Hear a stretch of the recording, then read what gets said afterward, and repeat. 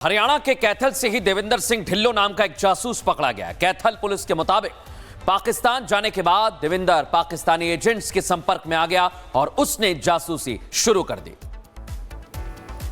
जानना चाहेंगे क्योंकि गिरफ्तारी यहाँ से भी हुई है, देविंदर नाम का व्यक्ति है। जानना चाहेंगे क्या कुछ डिटेल अभी तक इन्वेस्टिगेशन निकल कर सामने आई है? जी देविंदर जो है, हमने इसके सर्चेस कंडक्ट किए हैं, इसका प्लेस ऑफ रेजिडेंस पे भी, और जो उनके मोबाइल फ़ोन थे, उनके पास 2 डिवाइसेस थी, उनकी हमने फोरेंसिक एनालिसिस कराई है। तो काफ़ी large amount of data recover हुआ है उन फ़ोन से। तो अभी हम उसका एनालिसिस कर रहे हैं टू सी एग्जैक्टली क्या लिंक्स हम पाकिस्तान से हमें मिलते हैं। बट ये बात क्लियर है कि 4 PIO से वो कांटेक्ट में था। लास्ट नवंबर उसने विज़िट किया था पाकिस्तान, एंड उस टाइम पे ये 3 मेल PIOs और 1 फीमेल PIO से भी वो कांटेक्ट में था। इन चारों के साथ उसका बाद में भी extended after he came back November 24 में विज़िट करके 10 दिन का उसका स्टे था पाकिस्तान का। वापस आने के बाद कंटिन्यूसली 9th 10th मई तक वो उनसे कांटेक्ट में रहा है उन लोगों से। काफ़ी लार्ज नंबर ऑफ कॉल्स और मैसेजिंग है उनके बीच में। बाकी जो एनालिसिस है हम लोग कर रहे हैं, एग्जैक्टली कंटेंट क्या है। काफ़ी कंटेंट उसने डिलीट भी किया है, तो हम लोग प्रयास कर रहे हैं कि कुछ भी जो भी रेलेवेंट चीज़ है हम रिकवर कर पाएँ और उसके हिसाब से हमारी कार्रवाई करेंगे। मैम, क्या जब ऑपरेशन सिंदूर जारी था, क्या उस दौरान भी कुछ सेंसिटिव जानकारी है पटियाला से, क्योंकि पटियाला में वो पढ़ता था, वहाँ से कुछ आर्मी की डिटेल वो उसने शेयर की थी? जी, जो उसने खुद एडमिट किया है वो किया है कि जो कैंटोनमेंट के बाहर का फ़ोटो जो है, क्योंकि बीइंग अ सिविलियन उसको अंदर तो एक्सेस नहीं था, लेकिन जैसे कि आपने भी बताया, आपको पता ही है कि पटियाला में खालसा कॉलेज में वो पढ़ रहा था, तो वहाँ से वो पटियाला की उसकी काफ़ी मूवमेंट थी, तो वहाँ से उसने आर्मी इस्टेब्लिशमेंट्स जो हैं वहाँ की बाहर की जो फ़ोटोज़ हैं वो उसने भेजी हैं। बाकी जो उसकी कम्युनिकेशन है उसको हम उसकी लोकेशन के साथ भी क्रॉस चेक कर रहे हैं देखने।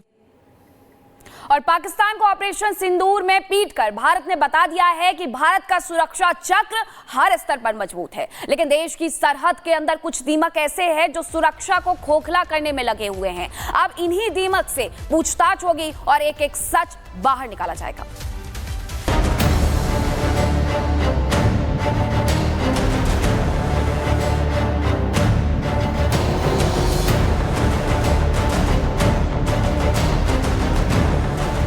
देश का नमक खाकर देश के खिलाफ काम करने वाले ये वो दीमक हैं जो देश को धोखा दे रहे हैं।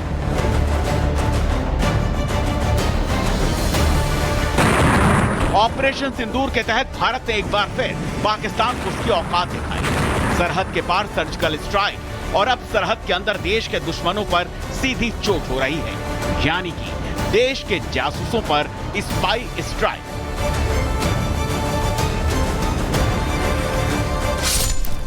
बीते 12 दिनों में 10 जासूस पकड़े गए।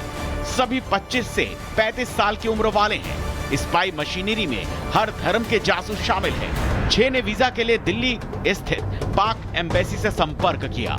6 ने पाकिस्तान की यात्रा की। सभी मिडिल क्लास फैमिली से आते हैं। पैसों के लालच और हनी ट्रैप में फंसाना इनको आसान था। इंटेलिजेंस और पुलिस एजेंसी ने बताया कि ऑपरेशन सिंदूर के बाद से ही पाकिस्तान से जुड़े लोगों पर नजर थी।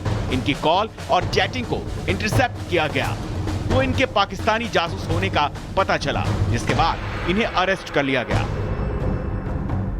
उसकी पूछताछ चल रही है, जो इन्वेस्टिगेशन है वो चल रहा है अभी, और जो उसके फाइनेंशियल ट्रांजैक्शन है उसको हम एनालाइज कर रहे हैं। जो भी उनके ट्रैवल डिटेल्स हैं, कहाँ गए हैं, किस किस से मिले हैं, वो सब एनालाइज कर रहे हैं। We are in touch with central agencies और उनके कोऑर्डिनेशन के साथ हम इसको काफ़ी गंभीरता से इसकी हम अनुसंधान कर रहे हैं। सभी चीज़ों का हम पूरी तरीके से जांच कर रहे हैं और सभी चीज़ों में इन्वॉल्वमेंट क्या है क्या नहीं है उसको वेरीफाई कर रहे हैं। और इसके साथ ही हम हमारे स्टेट की जो एजेंसीज़ हैं, सेंट्रल एजेंसीज़ हैं, उसके साथ ही हरियाणा पुलिस के साथ भी हम टच में हैं। इसके रिगार्डिंग में जब भी जैसा और इन्फॉर्मेशन जो आएगा हम गणमाध्यम के सामने उसको पेश करेंगे। देश के साथ गद्दारी करने वाले एक एक किरदार की कुंडली अब आपके सामने रख रहे हैं।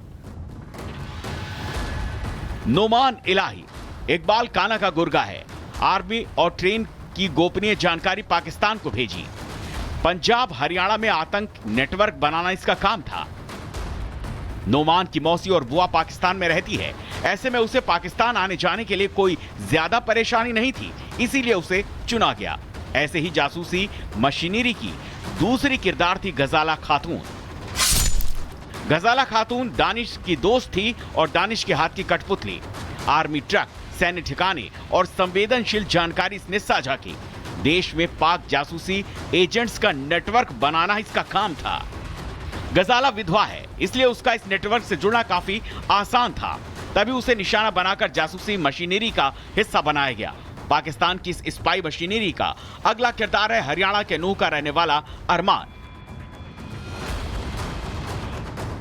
अरमान भी दानिश से संपर्क में था। पाक एजेंटों को सिम दिलवाई, खुफिया जानकारी दानिश को भेजता था। पाक की स्पाई मशीनरी को मजबूत करना इसका काम था। अरमान की पाकिस्तान में रिश्तेदारी है। पाकिस्तान से ही वो नई दिल्ली में स्थित पाकिस्तानी एम्बेसी के अधिकारी दानिश के संपर्क में आया। यंग ब्लड और तेजी से तरक्की करना चाहता था। इसी सोच को दानिश ने भुनाया और अरमान को जासूसी का मोहरा बना दिया। इस मशीनरी का अगला किरदार है देवेंद्र सिंह। हरियाणा के कैथल के रहने वाला देवेंद्र सिख है। आईएसआई एजेंट्स के संपर्क में था। पाक लड़की की हनी ट्रैप में फंसा। पाक में जासूसी ट्रेनिंग ली, धार्मिक स्थलों की जानकारी साझा की। पाकिस्तानी युवती ने उसे लालच दिया कि अगर वो खुफिया सूचनाएं देगा तो उसकी फ्रेंडशिप और खूबसूरत युवतियों से कराएगी। इसके अलावा उसे रुपए भी मिलेंगे। पाकिस्तान का यही चारा देवेंद्र के शिकार के लिए काफी हो गया। भारतीय एजेंसियों ने इस स्पाई मशीनरी के एक और किरदार जालंधर के मुर्तजा अली को भी गिरफ्तार किया। मुर्तजा अली भारत पाक तनाव के बीच बनाया था खास ऐप, न्यूज चैनल और देश के हालात की जानकारी करता था साझा। एक महीने के लिए मिले थे 40 लाख रुपए। मुर्तजा मूल रूप से बिहार का रहने वाला है और जालंधर में पैसा कमाने के इरादे से पहुंचा था। तकनीकी तौर पर मजबूत होने की वजह से उसे आतंकी नेटवर्क से जोड़ा गया। बताया जा रहा है कि टेक फ्रेंडली होने की वजह से उसे बहुत ज्यादा रकम दी जाती थी। और इसी कड़ी में अगले किरदार थे यूट्यूबर ज्योति। ज्योति मल्होत्रा दानिश के संपर्क में थी। पाक की पॉजिटिव छवि बनाई और संवेदनशील जानकारी साझा की।